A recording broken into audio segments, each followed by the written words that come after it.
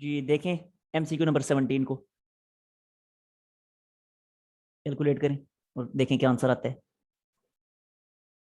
चलें, अच्छा मैं कैलकुलेट कर रहा हूँ। वेक्टर ए और वेक्टर बी जो है ये हमें गिवन है। ए प्लस बी का एक्स एक्सिस के साथ एंगल फाइंड करना है। तो ये मैं यहाँ पे लिखता हूँ वेक्टर ए और वेक्टर बी पहले।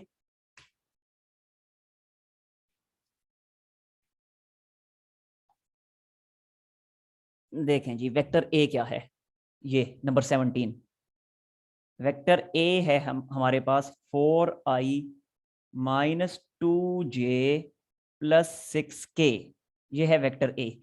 जबकि वेक्टर बी जो हमें गिवन है वो है अब आपको तो नहीं नजर आएगा, पहले आपने देख लिया है, वो है i -2j -3k, i -2j -3k, ये वेक्टर ए है। और हमें कहा जा रहा है कि आपने a प्लस बी वेक्टर का एक्स एक्सिस के साथ एंगल फाइंड करना है। तो पहले a plus B vector find कर लेते हैं। तो देखें तो बहुत आसान है a प्लस बी फाइंड करना, क्योंकि वेक्टर्स दोनों ही हमें देखें प्रॉपरली रेक्टेंगुलर कंपोनेंट्स की फॉर्म में गिवन है। तो जब प्रॉपरली रेक्टेंगुलर कंपोनेंट्स की फॉर्म में गिवन है तो इनके करस्पॉन्डिंग रेक्टेंगुलर कंपोनेंट्स को ऐड करते जाएं, तो हमें जो है rectangular components of a plus B मिलते चले जाएंगे। ठीक है, क्योंकि वेक्टोरियल फॉर्म है ना, तो जब वेक्टोरियल फॉर्म है तो डायरेक्ट ऐड कर दिया जाता है। तो ये क्या बनेगा, ये बनेगा 4i + 1i बन जाएगा 5i। इसी तरह -2j -2j क्या बन जाएगा -4j। फिर है +6k -3k क्या बन जाएगा +3k। ये आ गया वेक्टर a प्लस बी। हमें ये कहा गया है कि आपने a प्लस बी का एक्स एक्सिस के साथ एंगल फाइंड करना है। तो बहुत आसान, हम ये कर लेंगे कि a प्लस बी वेक्टर की डॉट प्रोडक्ट ले लेंगे किसके साथ, क्योंकि एक्स एक्सिस के साथ एंगल फाइंड करना है तो i यूनिट वेक्टर के साथ। आगे समझ, क्योंकि हमने a प्लस बी का एक्स एक्सिस के साथ एंगल फाइंड करना है तो इसकी डॉट प्रोडक्ट ले लेंगे i यूनिट वेक्टर के साथ। अगर y एक्सिस के साथ एंगल फाइंड करना होता तो j यूनिट वेक्टर के साथ डॉट प्रोडक्ट लेते। अगर z एक्सिस के साथ a प्लस बी का एंगल फाइंड करना होता तो k यूनिट वेक्टर के साथ डॉट प्रोडक्ट लेते। समझ आ गई है। अच्छा अब जरा देखें इसको अब कैसे लिखा जाएगा। अब ये लिखा जाएगा a प्लस बी का मैग्नीट्यूड, फिर i यूनिट वेक्टर का मैग्नीट्यूड, और फिर cause of angle between them. ठीक है, यही वाला फार्मूला a डॉट बी वाला, कि a डॉट बी इसको लिखा जाता था a का मैग्नीट्यूड b का magnitude cause of angle between them. तो सेम वही वाला फार्मूला है, देखिए सारे वही कॉन्सेप्ट्स हैं, बस ये कि वेक्टर्स ने अपनी शक्ल और सूरत थोड़ी सी बदल ली है और कुछ भी नहीं है। तो अब यहाँ पे a प्लस बी की डॉट प्रोडक्ट i के साथ है तो a प्लस बी का मैग्नीट्यूड i का magnitude cause of angle between them. अब डायरेक्ट यहाँ पे वैल्यूज पुट कर दें। देखें a प्लस बी जो हमने फाइंड कर रखा था वो ये था, तो ये मैंने लिखा 5i -4j +3k, और ये आगे डॉट प्रोडक्ट इसकी i के साथ। ठीक हो गया, is equal to a plus B का मैग्नीट्यूड। अभी कितनी बार आपको मैग्नीट्यूड फाइंड करना सिखा चुका हूं, फिर देखें a प्लस बी का मैग्नीट्यूड क्या होगा, इनसाइड द स्क्वायर रूट जो यूनिट वेक्टर्स हैं उनके कोएफिशिएंट्स के स्क्वायर, यानी i के कोएफिशिएंट का स्क्वायर 5 स्क्वायर, प्लस का साइन, j का कोएफिशिएंट -4 है तो -4 का स्क्वायर, प्लस का साइन, और फिर k का कोएफिशिएंट 3 है तो 3 का स्क्वायर। ठीक हो गया, इनटू देखें i का मैग्नीट्यूड क्या होगा, i का मैग्नीट्यूड तो 1 होते हैं क्योंकि यूनिट वेक्टर है, और ये आ जाएगा कॉस ऑफ थीटा। ठीक हो गया जी। अच्छा अब जरा देखें, अब तो काम काफी हद तक आसान हो चुका है। अब जब डॉट प्रोडक्ट लेंगी इसकी आई के साथ तो जाहिर सी बात है जे की भी डॉट प्रोडक्ट आई के साथ 0 होती है, के की भी डॉट प्रोडक्ट आई के साथ 0 होती है, वो दोनों तो हो गए गायब। बाकी 5i की जब आई के साथ डॉट प्रोडक्ट लेंगे तो ये बनेगा 5, and that will be equal to, ये क्या बनेगा, ये पूरे के पूरे स्क्वायर रूट का आंसर 25 + 16 क्या बन जाता है 41, 41 + 9 √50 इंटू कॉस ऑफ थीटा। और अगले स्टेप में बनेगा 5/√50 is equal to cos of theta, और theta will be equal to cos inverse of 5/√50। ठीक है, तो आंसर वाकई ऑप्शन बी ही बनता है। अच्छा ये ऑप्शंस डिफरेंट भी हो सकते हैं क्योंकि आगे सिंप्लीफाई भी हो रहा है। वैसे तो ये ऑप्शन जो है ऑप्शन बी में मौजूद है, लेकिन अगर पर्टिकुलर एंगल हमसे पूछा जाए तो इसको मजीद सिंप्लीफाई करें तो देखें क्या बनेगा, ये बनेगा cos इनवर्स ऑफ 5/√50 जो है इसको लिखा जा सकता है ना 25 × 2, 50 को 25 × 2 लिखा जा सकता है, और वो 25 जब स्क्वायर रूट से बाहर आएगा तो बाकी क्या बचेगा 5, और 2 अंदर ही रह जाएगा, ये दोनों कैंसिल होंगे, तो बाकी बचता है cos इनवर्स ऑफ 1/√2, और cos इनवर्स ऑफ 1/√2 होता है 45 डिग्री। तो इस तरह पर्टिकुलर एंगल भी हमें मिल सकता था, लेकिन क्योंकि पर्टिकुलर एंगल ऑप्शन में मौजूद नहीं है, ऑप्शन में ये है 5/√50 जो कि ऑप्शन बी है, तो तहरीम का आंसर बिल्कुल ठीक है। तो ये आंसर है ऑप्शन, ओह ये तो ऑप्शन सी है, गलत हो गया सर गलत है। ऑप्शन सी है ये, तो ये इसका आंसर है। चलें, अच्छा कोई बात नहीं, बस सिर्फ कोशिश करें। मैं पहले भी कह चुका हूं, इंसान के बस में सिर्फ कोशिश करना है, नतीजा पैदा करना इंसान के बस में नहीं है, तो बस कोशिश जारी रखें। अच्छा, ये था एमसीक्यू नंबर 17। अब आते हैं एमसीक्यू नंबर 18 की तरफ। हाँ जी, करें इसको सोल्व, बताएं क्या आंसर आता है। The component of vectors A along B, यानी ए का जो कंपोनेंट वेक्टर बी के अलोंग बनता है वो क्या बनता है, सोल्व करके देखें। ये बिल्कुल वैसे ही है जैसे बुक में एग्जाम्पल है, एग्जाम्पल नंबर मैं आपको बता देता हूँ। एग्जाम्पल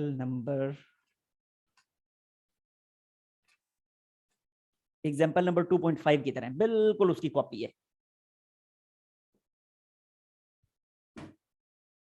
हाँ जी, करें इसको जल्दी से। चलें, अच्छा मैं करता हूँ, लेकिन पहले इसे लिख लेता हूँ यहाँ पे। वेक्टर ए जो है वो हमें गिवन है इस एमसीक्यू नंबर 18 में 2i+3j, जबकि वेक्टर बी हमें गिवन है i+j, और हमें सर ए ऑप्शन होगा। फाइंड करना है, आई थिंक सो, सॉल्व कर लेते हैं, मुझे भी यही लग रहा है। तो हमें फाइंड करना है component of A along B, A का कंपोनेंट फाइंड करना है बी के अलोंग। तो देखें जी, ए का कंपोनेंट बी के अलोंग, तो ए का कंपोनेंट बी के अलोंग क्या होता है, हमें पता है कि ए का कंपोनेंट होता है बी के अलोंग ए कॉस थीटा, क्योंकि अगर ये वेक्टर है ना, सपोज करें ये वेक्टर ए है, ये वेक्टर बी है, ये वेक्टर बी है, अगर तो ए का जो कंपोनेंट बी के अलोंग बनता है वो ये वाला बनता है, ठीक है। और अगर यहाँ पे थीटा है तो ये वाला कंपोनेंट डेफिनेटली ए कॉस थीटा ही होगा, तो हमें ए कॉस थीटा फिर फाइंड करना है, ठीक है। अच्छा अब जरा देखें, और कंपोनेंट्स, यानी component of A along, component of one vector along second vector, इसके लिए हमेशा डॉट प्रोडक्ट यूज होती है, क्योंकि क्रॉस प्रोडक्ट में एक वेक्टर का दूसरे वेक्टर के अलोंग कंपोनेंट नहीं आता, बल्कि उसके परपेंडिकुलर वाला कंपोनेंट आ रहा होता है। हमें अलोंग वाला कंपोनेंट फाइंड करना है, और अलोंग वाले कंपोनेंट के लिए डॉट प्रोडक्ट होती है। तो ये मैंने लिखा A dot B is equal to magnitude of A magnitude of B, और ये आ जाएगा कॉज ऑफ थीटा, ठीक हो गया। अच्छा, अभी मैंने आपको बताया ए का कंपोनेंट फाइंड करना है, तो ए का कंपोनेंट होता है ए कॉस थीटा, तो इसका मतलब है इसको फिर मैं ऐसे लिखूंगा A dot B divided by magnitude of B, और ये आ जाएगा ए कॉस थीटा, और ये ए कॉस थीटा ये component of A along B. बस अब फाइंड कर लें, अब तो कुछ भी नहीं बाकी बचा, ए डॉट बी फाइंड करें। देखें ये ए है ये बी है, डायरेक्टली डॉट प्रोडक्ट में फाइंड कर रहा हूं, तो 2i.1i ये क्या होता है, ये होता है 2 प्लस का साइन, फिर 3j.1j ये क्या हो जाएगा, ये हो जाएगा 3 divided by magnitude of B, तो ये वेक्टर बी है, तो वेक्टर बी का मैग्नीट्यूड क्या बनेगा, वेक्टर बी का मैग्नीट्यूड क्या बनेगा, देखें आई का कोएफिशिएंट 1, जे का कोएफिशिएंट 1, तो 1 का स्क्वायर प्लस 1 का स्क्वायर √2। 2 हो जाएगा, यस। तो ये component of A along B हमारे पास आ गया 5/√2, यानी ऑप्शन ए। बिल्कुल ठीक है साहब, वेरी गुड, ठीक हो गया जी, समझ आ गई है ना सबको। Yes sir. अच्छा, किसी को समझ नहीं आई तो पूछ लेना है। अच्छा जी, नेक्स्ट अब आ जाएं एमसीक्यू नंबर 19 की तरफ। एमसीक्यू नंबर 19, करें इसको सोल्व। कहता है identify the unit vector A B C D, इन चारों में से यूनिट वेक्टर कौन सा है, जल्दी से फाइंड करें कौन सा यूनिट वेक्टर, ये तो बहुत ही आसान है।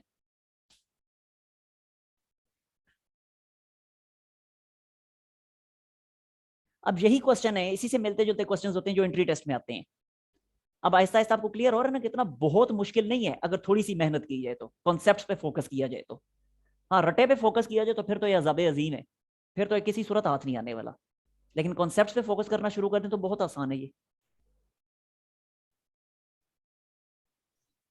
नहीं, ये ऑप्शन ए में जो वेक्टर है i+j ये पूरा एक वेक्टर है, इसी तरह ऑप्शन बी में cos theta i minus sine theta j ये पूरा एक वेक्टर है, sine theta i minus 2 cos theta j ये एक वेक्टर है, और इसी तरह 1/√3 i प्लस जे, ये एक वेक्टर है। अब सवाल है कि इन चारों वेक्टर्स में से कौन सा वेक्टर है जो यूनिट वेक्टर है। अच्छा मुझे बताइए यूनिट वेक्टर बी किसे कहते हैं? ऑप्शन। यस, बिल्कुल ठीक है Laiba, option B unit unit vector है। वेक्टर, सही कहा यूनिट है ना? वेक्टर एक ऐसा वेक्टर होता है जिसका हाँ मैग्नीट्यूड 1 होता है। बिल्कुल ठीक है, वेरी गुड। तो आपने मैग्नीट्यूड कैलकुलेट कर लिया ऑप्शन इसका, ऑप्शन बी का? Yes sir. बिल्कुल ठीक है, वेरी गुड। इसका ऑप्शन बी जो है इसका मैग्नीट्यूड 1 बनेगा, बाकी किसी का भी मैग्नीट्यूड 1 नहीं बनता। मैग्नीट्यूड अभी मैंने आपको कैलकुलेट करना सिखाया है, 3-4 दफा कैलकुलेट करना सिखा चुका हूँ। उसके अकॉर्डिंग चारों का बारी बारी मैग्नीट्यूड फाइंड कर लें, जिसका मैग्नीट्यूड 1 बनेगा वही यूनिट वेक्टर है। अब देखें अगर इसका मैग्नीट्यूड में फाइंड करता हूं तो inside the square root 1 square plus 1 square √2 बनेगा, 1 नहीं बन रहा, so it is not a unit vector. इसी तरह अगर इसका फाइंड करें तो बनेगा sine square theta plus 4 cos square theta, 1 नहीं बन रहा, इसका मतलब है नहीं। इसी तरह इसका कैलकुलेट करें तो इसका बनेगा √2/√3, 1 नहीं बन रहा मैग्नीट्यूड, इसका मतलब है ये भी यूनिट वेक्टर नहीं है।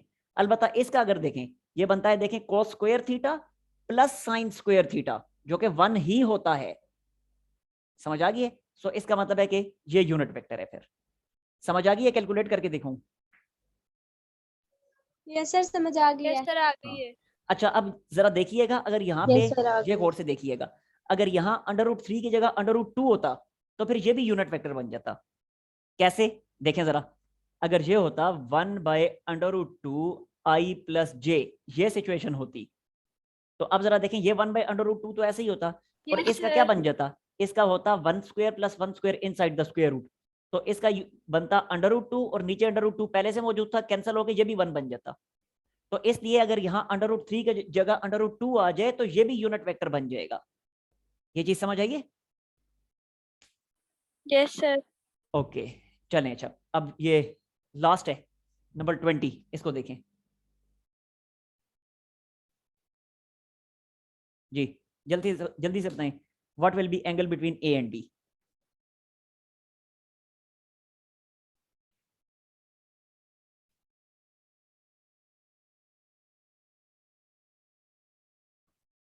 चले मैं आपको हिंट दे देता हूं एक, यहाँ पे वो कॉन्सेप्ट अप्लाई होगा जो अपने 9th क्लास में आइसोसेलेस ट्राइंगल के लिए पढ़ा था। तो यहाँ आइसोसेलेस ट्राइंगल बनेगी। अब जरा बताएं क्या एंगल बनेगा? अच्छा देखिए, मैंने अभी आपसे कहा कि यहाँ पे भी वही कॉन्सेप्ट अप्लाई होगा जो आइसोसेलेस ट्राइंगल में अप्लाई होता है। सबसे पहले तो ये ऊपर देखें, a प्लस बी प्लस सी इसकी तरफ, यानी a प्लस बी जो है वो ऐड होते हैं और मिलके वेक्टर सी बनाते हैं। तो यहाँ पे मैं ड्रॉ करता हूँ vector A, vector B, vector C. ये पहले मैंने ड्रॉ किया वेक्टर ए, ये ड्रॉ हो गया वेक्टर ए, ठीक है। अब मैंने वेक्टर बी और सी ड्रॉ करने हैं, लेकिन जरा गौर से देखिएगा, पहले यहाँ पे उसने क्या कहा हुआ है, वेक्टर सी और वेक्टर ए एक दूसरे के परपेंडिकुलर हैं।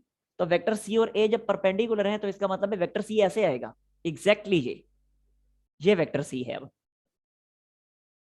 ठीक हो गया? अच्छा एक और चीज फिर साथ ही साथ उसने ये भी कही है कि सी और ए का मैग्नीट्यूड भी सेम है, इसलिए सी की भी वही लेंथ मैंने ड्रॉ की है जो ए की लेंथ है। ठीक है, थोड़ी सी शायद कम ड्रॉ की है तो प्रॉपर कर देते हैं। ये लें, अब सी और ए की लेंथ सेम हो गई है, तो अब सी की भी वही लेंथ है जो ए की लेंथ है। नजर आ रहे हैं ना आप लोगों को? आपको नजर आ रहे नहीं आ रहे? Yes sir, yes sir. अच्छा अब जरा देखिएगा, फिर दो कंडीशंस तो सेटिस्फाई करवा दी मैंने। पहली कंडीशन क्या थी कि सी और ए परपेंडिकुलर हैं, तो ये मैंने सी और ए को परपेंडिकुलर ड्रॉ कर दिया। दूसरी कंडीशन थी सी और ए इक्वल हैं, तो सी और ए को इक्वल मैंने ड्रॉ कर दिया।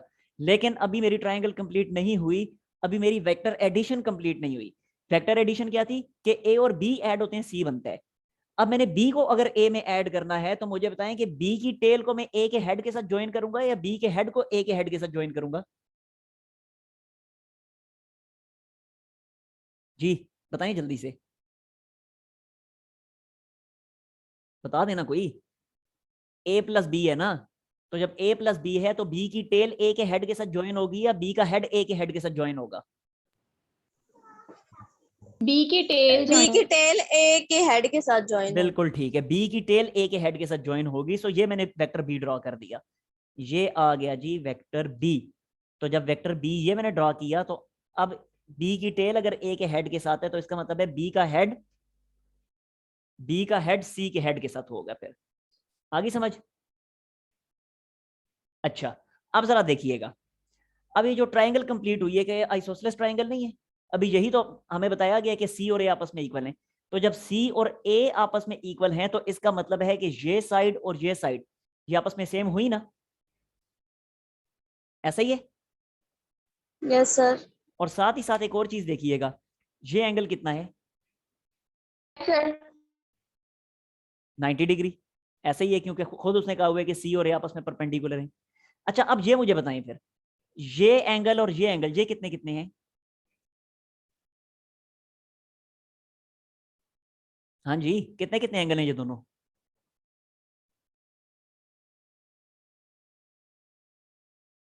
आप लोगों को आवाज आ रही है मेरी? Yes sir. तो मुझे बताएं कितने कितने एंगल्स हैं? ये तो सिंपल 9th क्लास वाला कॉन्सेप्ट यूज हो रहा है यहाँ तो। इस क्वेश्चन में तो वेक्टर का कॉन्सेप्ट 45। ही, हाँ 45 क्योंकि ट्राइंगल के इंटरनल एंगल्स का सम 180 होता है ना। तो अगर ये 90 है, अब उन दोनों ने मिलके 90 बनना है।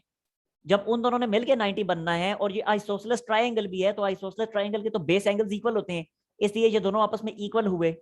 अब ये दोनों आपस में इक्वल भी हैं और इन दोनों ने मिलके 90 भी बनाना है, तो इसका मतलब है दोनों 45 है ना। सो ये भी 45 और ये वाला भी 45। आगे इतनी बात समझ। अब जरा देखिएगा, जब ये एंगल 45, तो खुद देखें अगर इस वेक्टर को मैं आगे बढ़ा देता हूं, ये वेक्टर ए को उठा के मैं यहां तक ले आता हूं, तो अब आप लोग मुझे बताएं, ये वेक्टर ए को मैं आगे ले आया, अब आप लोग मुझे बताएं कि ये एंगल फिर कितना होगा जो कि हमने फाइंड करना है। ए और बी के दरमियान तो यही एंगल है ना जी, कितना होगा ये एंगल?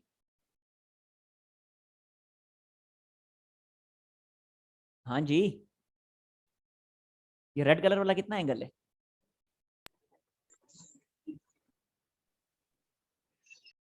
कितना है? मुझे नहीं आवाज आई, हम ना दोबारा बताएं। 180। हाँ हाँ, ये रेड कलर वाला मैं कह रहा हूं।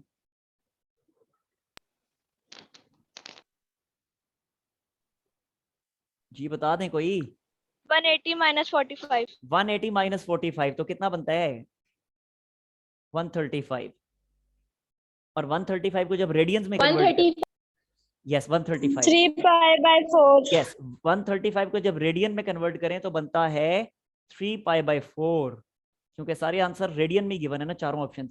तो इसलिए रेडियन को कन्वर्ट, इसमें इसको रेडियन में कन्वर्ट करना है तो बनता है 3π/4, तो लिहाजा इसका आंसर हुआ ऑप्शन सी। ठीक है। अब एक चीज जो यहाँ पे मैंने अभी आपको मजीद बतानी है, जो अभी तक आपको समझ नहीं आई। आपके जहनों में एक सवाल पैदा हुआ है जो किसी ने नहीं पूछा। सवाल आपके जहनों में ये पैदा हुआ है कि जब ए और बी के दरमियान हमने एंगल फाइंड करना है, तो ये अंदर वाला एंगल 45 डिग्री हमें पता है, ये बाहर वाला एंगल हम क्यों लिख रहे हैं, हम अंदर वाला एंगल क्यों नहीं लिख रहे? जी, किसी को इसका जवाब पता है? किसी को पता है इसका जवाब? बता दें। नो। चले मैं बता देता हूं फिर। एक बात मुझे बताएं कि अभी तक आपने जो सीखा है कि अगर ये वेक्टर ए है, ये वेक्टर बी है, और हम कहते हैं this is angle between them, theta. अब थीटा के बारे में हम कहेंगे theta is angle between A and B, ऐसे कहेंगे या ऐसे कहेंगे?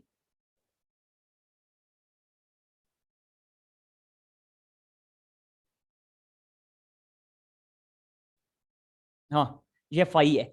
अब मुझे बताएं थीटा जो है वो ए और बी के दरमियान एंगल है या फाई ए और बी के दरमियान एंगल है? बताएं जरा जल्दी से।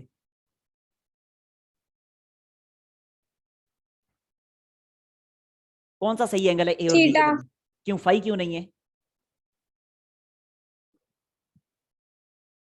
बात आपकी ठीक है, वाकई थीटा है, फाई क्यों नहीं है? फाई ए और बी के दरमियान एंगल कंसिडर नहीं किया जाएगा, क्यों? हाँ जी, क्यों नहीं किया जाएगा? सर वो नहीं बता। इसका जवाब ये है कि एंगल्स जब भी दो वेक्टर के दरमियान फाइंड किया जाता है, वो एंगल हमेशा उनकी टेल्स के दरमियान लिया जाता है।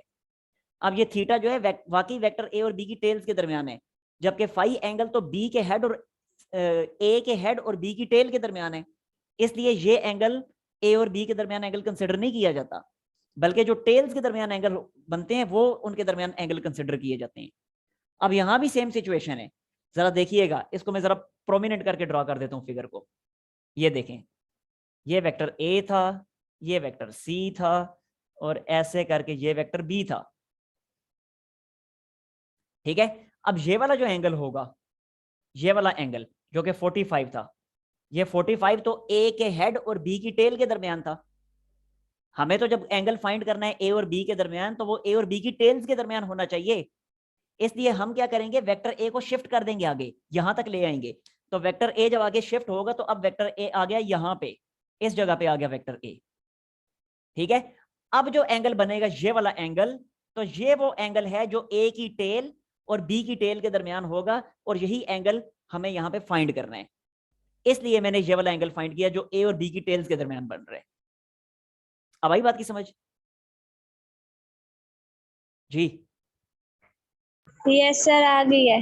अच्छा जी, तहरीम आप बताएं, आपको समझ आइए? सर मुझे बात समझ नहीं आई। अच्छा मैं समझा देता हूँ दोबारा।